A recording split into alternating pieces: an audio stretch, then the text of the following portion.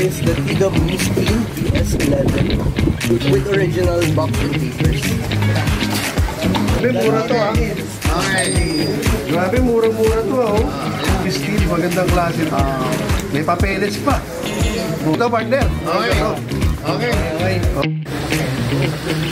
Hey guys, good evening. So, welcome to our channel where timepieces get spotlight. So, nandito tayo ngayon sa BF Almanza Tennis Club. So, kakataas natin. Meron tayong watch na try din sa client. So, actually, itong watch na to is na-featured na nung first video is the TW Steel DS11. It has a steel case with a 45mm diameter case and it has a dark gray textile strap with a metal clasp. So year 2017 and with original box and papers. So this came from a client from Australia and pinamigay na niya since marami na siyang relo. So we're just gonna have a fast tip today. Pakita lang sa client. Actually guys, nadandin na tayo dito. Nakausap na natin sa client. We talked about the price na. And yun, i-deliver na lang natin sa client. So, parang bago ako dun. Tulis lang ko wala.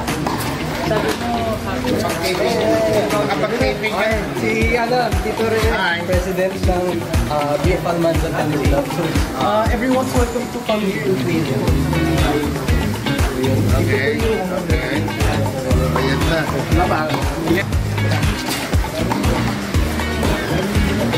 Bakit mura-mura na eh? Sale to ha, sale to. Grabe ha, mura. Thank you. Grabe mura to ha. Grabe mura-mura to ha. Ito mo, original pa yung bracelet. Original lahat. TW Steel, magandang klase. May papeles pa. Kompleto. Okay to, partner. Okay. Pwede. So ayun guys, nandito na tayo sa hospital. Nakalimutan natin mag-outro kanina dahil nagmamadali tayo. So another successful transaction. Follow for more updates, deals, and behind the scenes on our watch journey. Peace out!